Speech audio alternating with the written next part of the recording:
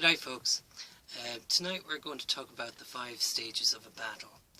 Last night the Taoiseach was on the TV and he alluded to the idea of a battle against the coronavirus. But what is a battle? A battle is broken down into 5 distinct stages.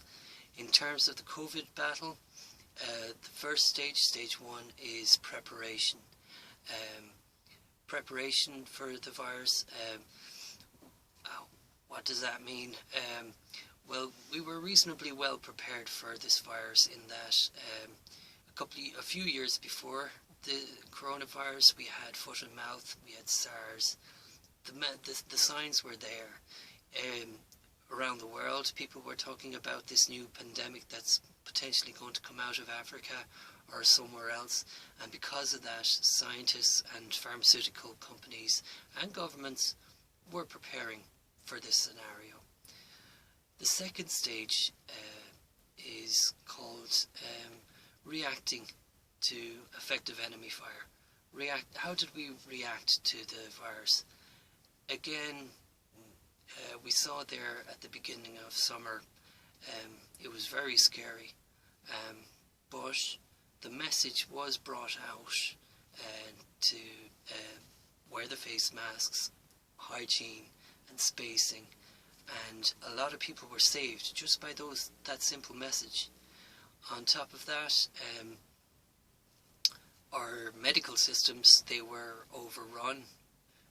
They were quite overrun. Could they have been better prepared for it? Not really. The criticism about the government was, did they have enough PPE stockpiled for this kind of scenario? Did they have enough equipment stockpiled for this scenario?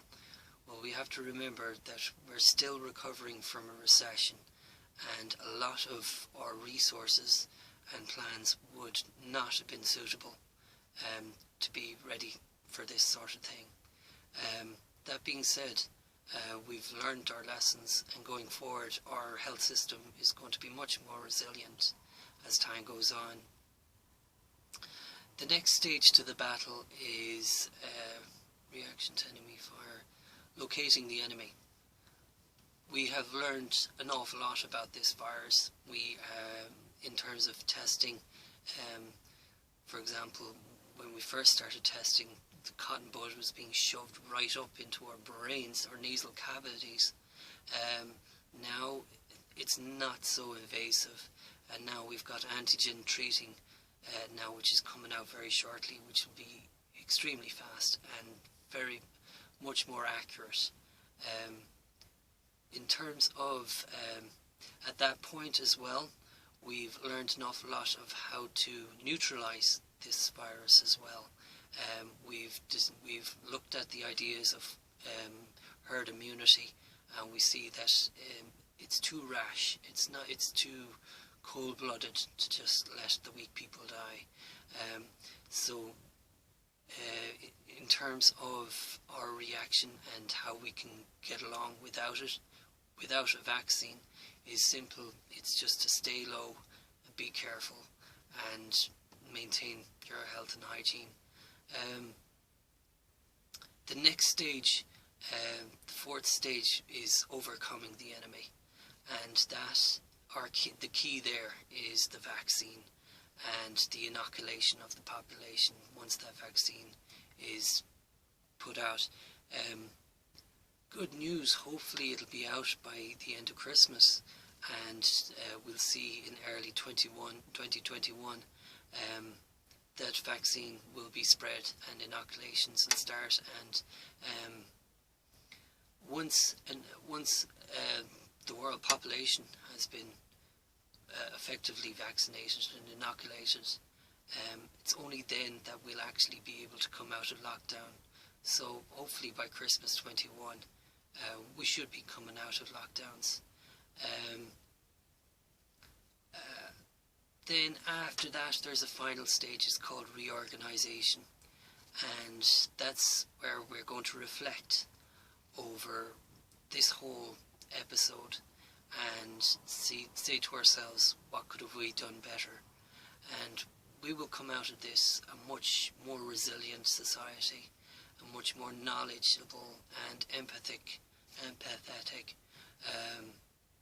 society. I really believe that.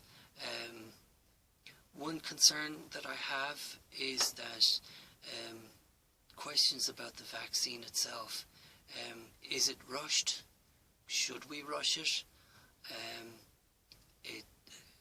Another thing too is who actually invents this vaccine first. Like, already the Chinese are dispersing vaccines to their own population, and that raises the question, what if, who's going to disperse these vaccines? Is it going to be from a company, from the big pharmaceutical companies, or is it going to be made, is that decision going to be made by governments?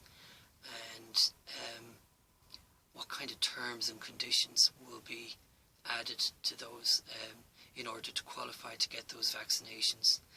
That would reflect the kind of society that we would be coming into. I'm very confident that it will be a much better society than the one that we are in now. That's all I have tonight. Take care.